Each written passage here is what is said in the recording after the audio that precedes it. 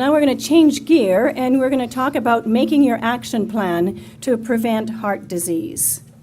So we have been talking about lots of things that people can do to live a healthy life and to prevent heart disease.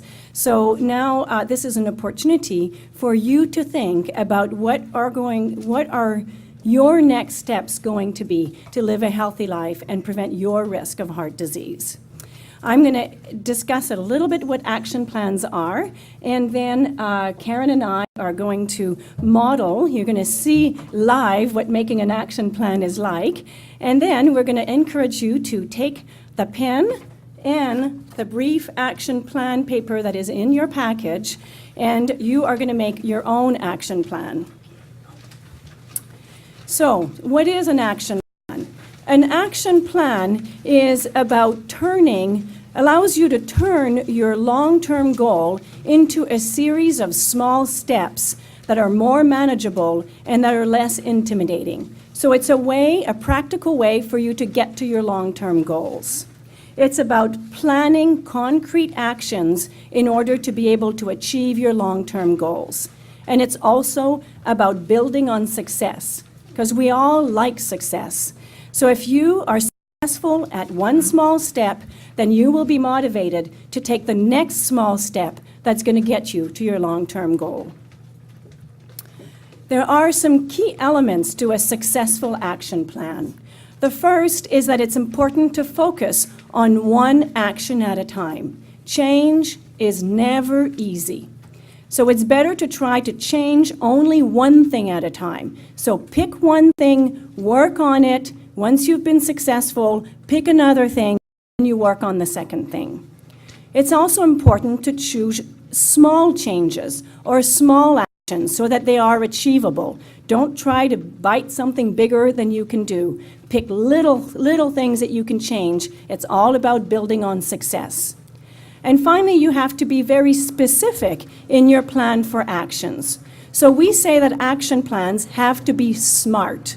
And that stands for S for specific, M for manageable, A for action-oriented. You have to have actions that you're going to be planning to do. R for realistic, and T for time-limited. You try it for a short period of time, and then you reevaluate. So in order to develop a SMART action plan, you ask yourself the questions: what will I do? How much will I do? When? Where? How often? For how long? That's how specific an action plan is.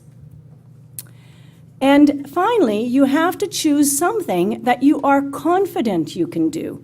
So we generally say there's this magic 7 number that on a scale of 0 to 10, where 0 is not confident at all and 10 is very confident, pick something that you would say you're at least a 7 out of 10 in terms of your confidence in your ability to do that. Otherwise, it's very likely that you're not going to be able to do that. So when you think about it realistically, you realize you're below the 7 mark, then it means you need to sit down and do a little bit of problem solving, reevaluate your plan, and pick something else that you would have a confidence of at least 7 to do. And then you need to be reevaluating your action plan. So give yourself a short period of time so that you can try it, and then you reevaluate. If you were very successful at it, then you're ready for the next step. Then you pick your next little step to get you to your goal. And if you were not successful at it, then you ask yourself why, and then you problem solve around the barriers or the things that have prevented you from being able to do what you wanted to do. And finally, acknowledge your successes, even if they're partial. So if you had said, I'm going to walk 5 days a week, and you walked 3 days a week, don't feel like you failed. You haven't failed. You've managed to walk 3 times a week. That's much better than 0. So always acknowledge the success that you have had and problem solve to help you for the things that you weren't able to achieve, and modify what your plans are accordingly. So this is our action plan. Now I'm going to have Karen do her action plan with me. So we're going to And I sort of encourage you to think about it, what you would do, and then I'm going to lead you through those same questions for you to be doing it yourself. All right. So, Karen, I hope you've enjoyed our discussion today, and I'm wondering if there's anything that you'd like to do for your health in the next week or so. Well, I think after seeing all those talks, I'm inspired to try to exercise more. That certainly sounds like a goal that is in keeping with what we've been talking about today. So can you be a little bit, how do you think you're going to go about doing that in terms of some actions to do that? Well, I could try walking or swimming. Those are two types of exercises that often people with arthritis find that they're able to manage. Which one of those two do you think you'd like to try first so that you're only trying to change one thing at a time? I think maybe I'd like to try swimming. Okay. Can you be a little bit more specific about how you would go about swimming? Maybe, well, I know there's a pool that's sort of close to my work. I could probably go there. Okay. And how often do you think you might want to go swimming? Oh, let's see. I'll do 5 days a week. All right. And how long do you think you're going to swim? Maybe 20 minutes at a time at first. Okay. And when do you think you want to start doing that? Maybe I could do it tomorrow. All right. Okay. So why don't you repeat just tell me again what you've just decided that you thought you'd try. Okay. So I'm going to go swimming 5 days a week, starting tomorrow, at the pool near my work, and swim for 20 minutes at a time. All right, so realistically, think about this in the context of your life. How confident are you that you're going to be able to do this? Well, I tend to work late sometimes, so maybe, I don't know, really about a 5. So 5 is maybe not ideal. Do you think there's any way you might want to change this so that you're a bit more confident that you can do it? Well, maybe be more realistic if I try to do it on the days where I'm actually off work at a reasonable enough time that I could make it to the pool. So that's maybe 3 days a week.